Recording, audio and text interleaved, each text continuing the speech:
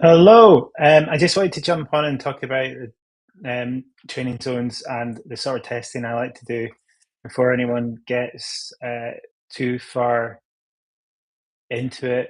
It used to be, pretty, straightforward. It would be RPE or maybe heart rate or different ways to look at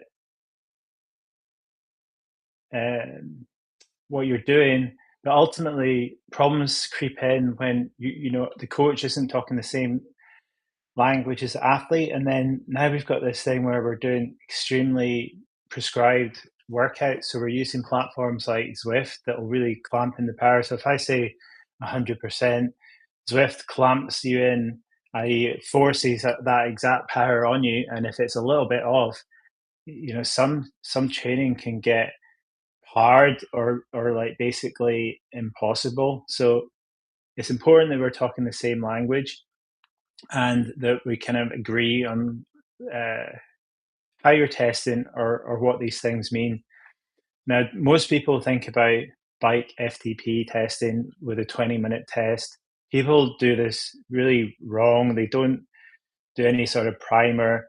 They might even do a ramp test on Zwift, the 1 minute ramp, or they just do a 20-minute power, take 95% on that. But year after year, I just see this overestimating your thresholds by a huge amount for minimum sort of 5%, which would be normal, to up to 15 or sometimes more percent. People can go pretty hard for 20 minutes.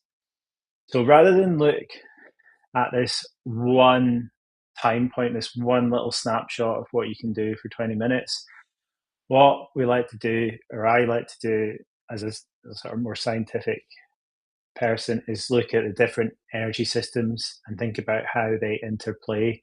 And you've basically got everyone's heard of your VO2 max, that's like your aerobic engine. And we can test that with a short time trial, 5 or 6 minutes. And then we've got your glycolytic capacity, which is like your sprint power, which we can test over something like 20 seconds. And when we can combine these two key physiological ideas rather than just this general 20 minutes, we can determine quite accurately all the thresholds we need to know, like your LT2 or your FTP, but also like how much fat you'd be burning, where your first aerobic threshold is, really set specific numbers. So the test that I've been putting in, it's not the 20-minute test that you might be expecting or the 1 minute ramp test. This is a test where you're going to be asked to do quite a long warm up and then two 20-second all out sprints on the bike. And these need to be done seated.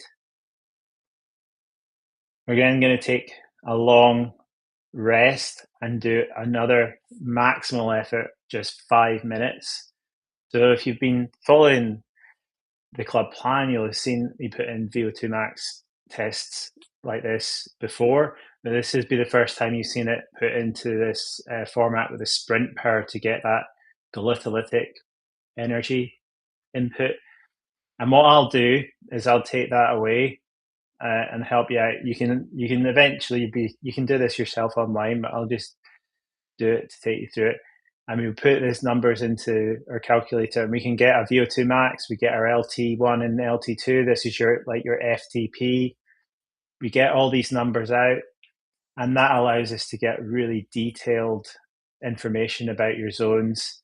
And either you can just go and put that LT2 FTP number into TrainingPeaks and use whatever zones you've been using, and it'll give you a much better, more manageable program. Or you can maybe get me. These are the specific zones that I use based on the physiology. So we've got the zone one, two, three. I break that down into two zones because it's more race specific. The A is more like Ironman. The B can be more like your 70.3. And then we've got the zone four, which is the traditional threshold FTP zone. And this is what we really anchor around that second threshold, that LT2 number. Yeah. And what you'll find if you do it this way, your training will be much more easier. You'll you'll recover faster, and you'll be able to do more volume more sustainably. Now, this has come up because an athlete found the zones were too easy, so this will probably it'll go the other way. But if you have been testing recently with something like a ramp test or a 20-minute power, you'll probably find this is a little bit more, uh, you know, forgiving, uh, and it means you're going to find your training much more sustainable. And instead of finding threshold work daunting or impossible, it should be much more manageable. And then the next thing you can do with this is work out how much fuel you're going to need at race pace, how much carbohydrate and things you're building going to be needing when you're doing training, or if you're targeting a 70.3, what sort of fueling do you need? So yeah, I hope that helps. You enjoy the test. You can send me some data through. We had one question in from Siobhan that was, how often should we test? Well, actually, it's two questions. So, firstly, how often should we test? I would do it now, and I would maybe do it before the last 12 or 8 weeks. So, at the transition, if we're doing a recovery week, it'd be a good time to maybe put in a test.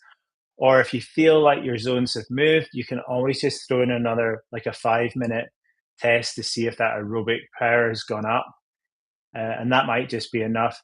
Remember, if you're not doing it, the 20-minute test is pretty daunting. This test is not nearly as arduous, so it's easier to repeat. Um, but I don't like shifting the goalposts too much during the final stages of a 70.3 build. You don't want to be changing your target race pace like a week out or something like that. You want to lock it in before the key sessions are done. And then if it goes a little higher on race day because you're so fit, that's fine. But we don't want to be trying to continually moving the goalposts. Run wise, I've got a very similar approach. You'll have seen in the club plan we do the maximal aerobic speed, the MAS test. So I've got you can do a very similar zone setting system using that. So that would be probably a 3 and 6 minute test to look at your maximum pace. Sometimes you can just get this from a 5K if you go all out, and you can look at the peak pace for 3 minutes and 6 minutes from TrainingPeaks. Or you should probably do something like a 1K and a 2K time trial, or it could be 1,500 meters or a mile, depending. It all depends how fast you are, and then your sprint. But I hope that helps. And remember, I'm here. I'm going to help you look at your numbers. If you post them or you send them to me, we'll crunch them. And if you're on the club account, I can go in and help you tweak your zones or explain what to do. So don't be afraid. I'm here to help.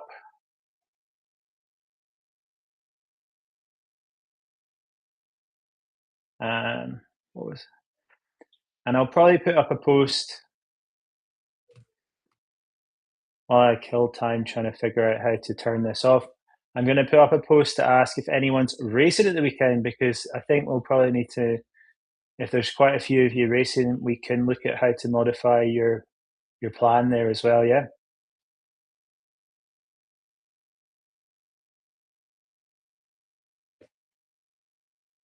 Right. I found it. Bye for now.